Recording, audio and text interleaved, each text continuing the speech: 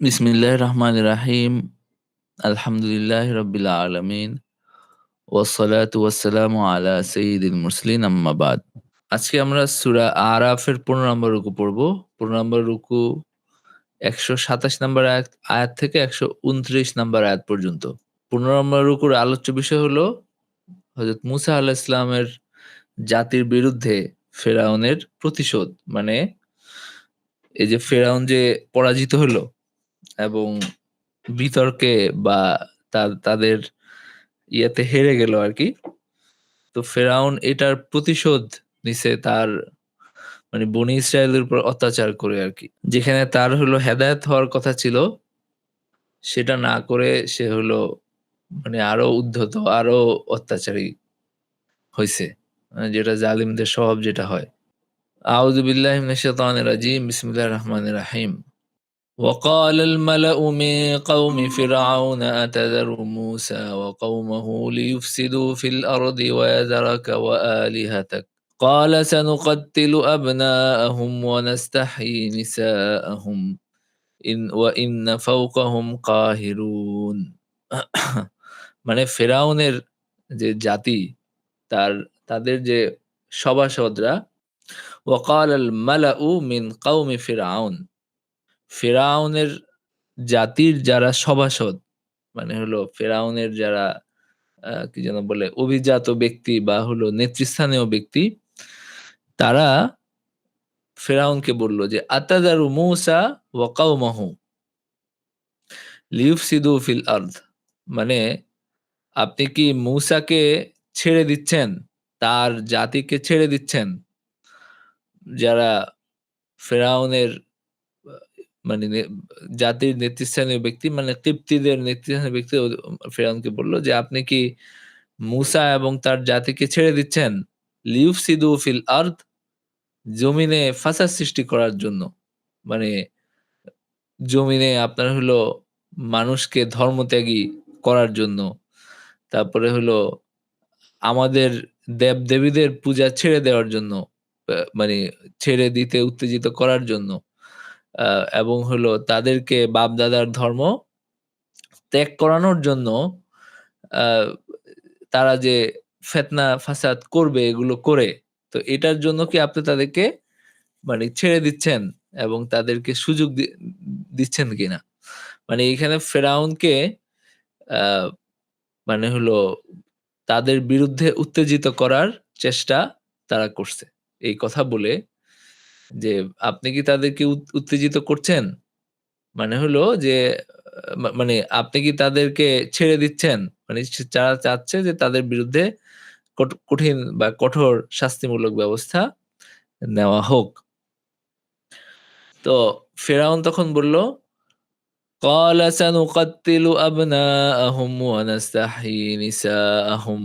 ফেরাউন বলল যে, "আমি তাদেরকে ছেড়ে দিচ্ছি না, বরং আমি তাদের সন্তানদেরকে হত্যা করব। ওয়া নাস্তাহয়ি নিসাআহুম তাদের নারীদেরকে জীবিত রাখব।" মানে আমি তাদের যে সন্তান তাদেরকে আমি হত্যা করব এবং তাদের নারীদেরকে জীবিত রাখবো আমাদের খেদমতের জন্য। যেমন আমরা আগে করতাম বা আগে করছি। যেমন ওই যে যখন হযরত মূসা আলাইহিস সালামের জন্মের ভবিষ্যৎবাণী যখন থেকে করা হয়েছিল আরকি, যে বনী ইসরাইলে একজন ব্যক্তির জন্ম হবে, যে আপনার রাজত্বের অবসান ঘটাবে। তো তখন থেকেই তো বনী ইসরাইলের প্রতি তাদের মানে শাস্তি এবং হলো নির্যাতন এটা শুরু হয়। তো তখন থেকেই যেভাবে বাচ্চাদেরকে হত্যা করা হইতো, সে বলল যে, "আমি তাদের ছেলেদেরকে হত্যা করব এবং মেয়েদেরকে জীবিত রাখবো।" হ্যাঁ? ওয়া নাস্তাহি নিসাআহুম ওয়া ইন্না ফাওকাহুম কাহিরুন। আর আমরা তাদের উপর ক্ষমতাবান। নিশ্চয়ই আমরা তাদের উপর ক্ষমতাবান। মানে হইলো তাদের সাথে যেকোনো আচরণ করার ক্ষমতা আমাদের আছে। সুতরাং আ তাদেরকে আমি ছেড়ে দিচ্ছি ব্যাপারটা এরকম না। তো সে এটা হলো তার জাতির যারা অভিজাত বা নেতৃস্থানীয় ব্যক্তি তাদেরকে বলল। قال موسى لقومه استعينوا بالله واصبروا ইন্নাল আরদা লিল্লাহি ইউরিসুহা মান ইয়াশাউ মিন ইবাদিহি ওয়াল আকিবাতু লিল মুত্তাকিন। মুসা আলাইহিস সালাম তার জাতিকে বললেন যে ইস্তাঈনু বিল্লাহি ওয়াসবিরু, যে আল্লাহর সাহায্য চাও এবং ধৈর্য ধারণ করো। মানে যখন তাদের উপর আ নির্যাতন নেমে আসলো এবং তারা যখন এই ধরনের মানে হলো নির্যাতন নেমে আসবে, এ ধরনের আ অবস্থার মুখোমুখি হলেন আরকি। তখন মুসা আলাইহিস সালাম তাদেরকে মানে ধৈর্য ধারণ করার পরামর্শ দিলেন যে ফেরাউনের উপর এবং তোমাদের মানে তার জাতির বিরুদ্ধে আল্লাহর কাছে দোয়া করো, আল্লাহর সাহায্য প্রার্থনা করো। যেন তিনি তোমাদেরকে তার এই সমস্ত অনিষ্ট থেকে তিনি রক্ষা করতে পারেন। এবং ওয়াসবিরু আলা হুকমিল্লাহি, এবং আল্লাহর হুকুমের উপরে তোমরা ধৈর্য ধারণ করো। ইন্নাল আরদা লিল্লাহি ইউরিসুহা মান ইয়াশাউ মিন ইবাদিহি। আরদ মানে জমিন, এটা হলো আল্লাহর, এবং এই জমিন পুরাটাই হলো আল্লাহ যাকে চান তাকে, তার বান্দাদের মধ্যে থেকে যাকে চান তাকে তিনি এটা দান করেন।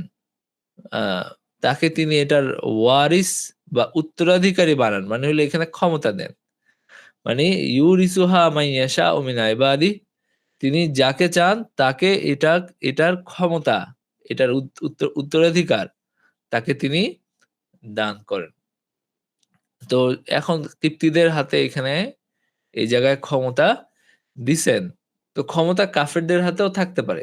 ক্ষমতা যে সবসময় আল্লাহর প্রিয় বান্দাদের হাতে থাকবে এরকম না। ক্ষমতা জালেম এবং কাফেরদের হাতেও থাকতে পারে। কারণ দুনিয়া তো আপনার হলো আ কাজের জায়গা, এবং এটা কোনো প্রতিফল বা প্রতিদানের জায়গা না। তো ক্ষমতা ইউরিসুহা মান ইয়াশাউ মিন ইবাদিহি, আল্লাহ যাকে চান তাকে ক্ষমতা দিতে পারেন। ওয়াল আকিবাতু লিল মুত্তাকিন, তবে পরিণাম ফল মুত্তাকিদের জন্য। পরিণাম ফল মুত্তাকিদের জন্য। যে এবং এই জায়গায় ইউরিসুহা মান ইয়াশাউ মিন ইবাদিহি, যাকে চান তাকে উত্তরাধিকারী বানিয়ে দেন। এই জায়গায় আ তাদেরকেও মানে বনী ইসরাইলকেও আশা দিছেন তিনি যে এখন কিপ্তীদের হাতে ক্ষমতা আছে। কিপ্তীরা এখন মিশর নিয়ন্ত্রণ করছে। এরকমও হইতে পারে যে ভবিষ্যতে এটা আল্লাহ তোমাদের নিয়ন্ত্রণাধীন করবেন। এরকমও হতে পারে। সেটাও আ মুসা আলাইহিস সালাম এইখানে ইঙ্গিত করছেন। ওয়াল আকিবাতু লিল মুত্তাকিন, এবং পরিণাম ফল, উত্তম পরিণাম ফল বা প্রশংসিত পরিণাম ফল এটা মুত্তাকিদের জন্য। মানে দুনিয়াতে মানুষ যেরকমই থাকুক, দুনিয়াতে মানুষ যে অবস্থায় থাকুক বা যাদেরই ক্ষমতা থাকুক, পরিণাম ফল আসলে যারা নেককার, যারা ঈমানদার, যারা মুত্তাকি তাদেরই ভালো হয়। ওই জালিমরা দুনিয়াতে ভালো থেকে মৃত্যুর পরে শাস্তির মুখোমুখি হয়। সুতরাং তাদের পরিণাম ফল ভালো না। তাদের আকিবা মানে হলো চূড়ান্ত পরিণতি আরকি। যে আপনি হলো সাময়িক দুনিয়াতে ক্ষমতা বা হলো লাভ করছেন, এটা এক জিনিস। আরেকটা হলো পরিণাম ফল বা চূড়ান্তভাবে ভালো হওয়া বা ভালো থাকা, সেটা অন্য জিনিস। তো সেটা মুত্তাকিদেরই ভালো হয়। এই কথা এখানে বলা হলো। এরপরে মুসা আলাইহিস সালামের জাতি তাকে বললেন, মানে মুসা আলাইহিস সালামকে বললেন, قالوا أوذينا من قبل أن تأتينا ومن بعد ما جئتنا। মানে হলো যে তুমি আসার পূর্বে আমাদেরকে কষ্ট দেওয়া হয়েছে। মানে তুমি আসার আগে উযিনা মিন ক্বাবলি আন তা'তিয়ানা বিরিসালা, মানে হলো ওই যে মুসা আলাইহিস সালামের ভবিষ্যদ্বাণী যখন করা হয়, তখনই একবার বনী ইসরাইলের উপরে এক দফা তাদেরকে নানানভাবে নির্যাতনের মুখোমুখি হতে হইছে। তো সেটা তারা বলল যে, "আমাদেরকে নির্যাতন করা হইছে তুমি আসার আগে, তুমি রিসালাত নিয়ে আসার আগে ওয়া মিন বাদি মা জিতানা", মানে হলো এবং এখনো এই যে তুমি এখন আমাদের কাছে এটা নিয়ে আসছো, এখনো আবার আমাদেরকে এই সমস্ত এই নির্যাতনের মুখোমুখি হতে হচ্ছে।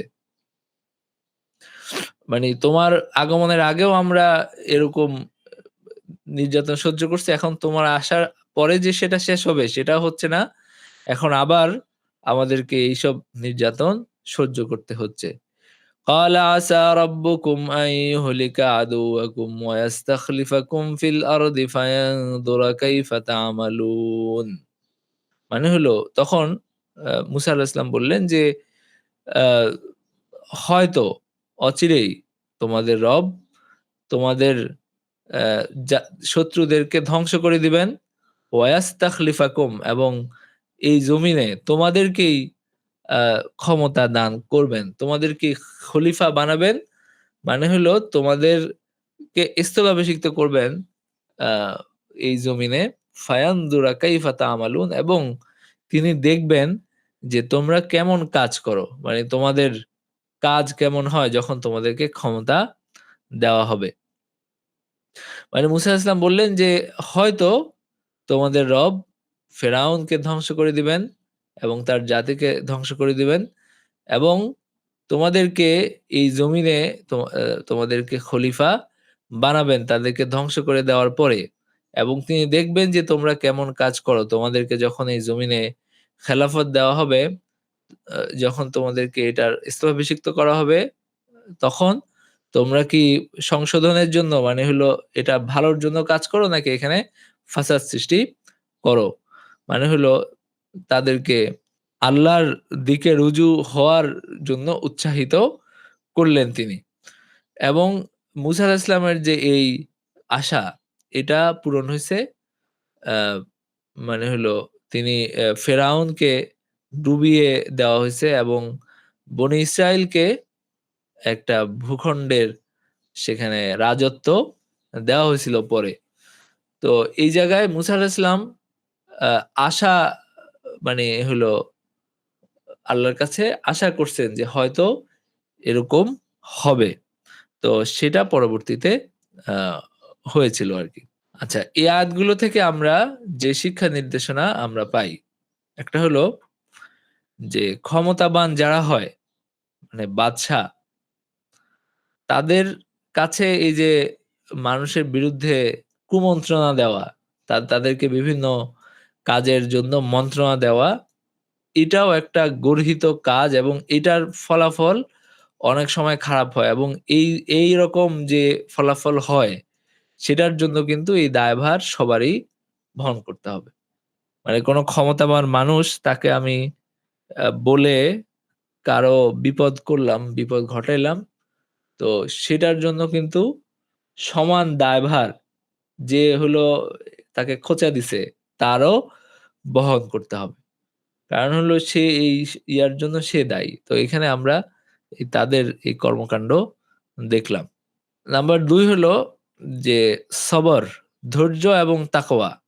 এটা হলো বিজয়ের মানে চাবিকাঠি আরকি। যে ধৈর্য এবং তাকওয়ার মাধ্যমে মানুষ সফল হইতে পারে। মানুষ হলো বিজয়ী হইতে পারে। আল্লাহর আ গুনাহ থেকে বেঁচে থাকা এবং হলো আল্লাহর নির্দেশ পালন করা এবং ধৈর্য ধারণ করা। এর মাধ্যমে মানুষ সফলতা পায় এবং বিজয় লাভ করে। নাম্বার ২। নাম্বার ৩ হলো মানে যখন অসুস্থ হয়, অন্তর আ যখন রোগাক্রান্ত থাকে, তো সেটা ধৈর্য ধারণ করলে সেটা আরোগ্য হয়। মানে ধৈর্যের মাধ্যমে এবং আ দুঃসময়ে ধৈর্য ধারণ করার মাধ্যমে সেটার আরোগ্য হয় আল্লাহ যদি চান। নাম্বার ৩। নাম্বার ৪ হলো যে মুসা আলাইহিস সালাম যে আশা করেছিলেন আরকি তার রবের কাছে, সেটা পূরণ হয়েছিল পরে। তো আল্লাহ তার প্রিয় বান্দাদের আশা এটা পূরণ করেন আরকি। নাম্বার ৫ হলো যে মুমিনদের পরিণাম, মানে যারা মুমিন এবং মুত্তাকি তাদের পরিণাম ভালো হবে এটা হলো আল্লাহর ওয়াদা। যারা আহলে ঈমান এবং তাকওয়ার অধিকারী যারা, তাদের তারা দুনিয়াতে যেমনই থাকুক, পরকালে তাদের পরিণাম ফল ভালো হয় বা ভালো হবে। এটাই হলো আল্লাহর আ প্রতিশ্রুতি আরকি। আল্লাহর ওয়াদা। তো দুনিয়াতে আল্লাহর নির্দেশ অনুযায়ী দিন প্রতিষ্ঠা করার জন্য দুনিয়াতে ভালো থাকার চেষ্টাও করতে হবে। দুনিয়াতে আল্লাহ যে দায়িত্বগুলো দিছেন, সেগুলো পুরো পালন করার চেষ্টাও মানুষকে করতে হবে। কিন্তু অনেক সময় দুনিয়াতে হয়তো ভালো থাকা সম্ভব না। কিন্তু যদি মানুষ যথাযথভাবে ঈমান আনে এবং তাকওয়া অবলম্বন করে, তাইলে আ দুনিয়াতে তাইলে আখিরাতে অবশ্যই তার পরিণাম ভালো হবে, সে ভালো থাকবে। আচ্ছা ঠিক আছে। তো আজকের মতো এখানেই ক্লাস শেষ করে দিচ্ছি। আজকে রুকু মাত্র ৩ আয়াত ছিল। তো ঠিক আছে। ওয়া আখিরু দাওয়ানা আলহামদুলিল্লাহি রাব্বিল আলামিন।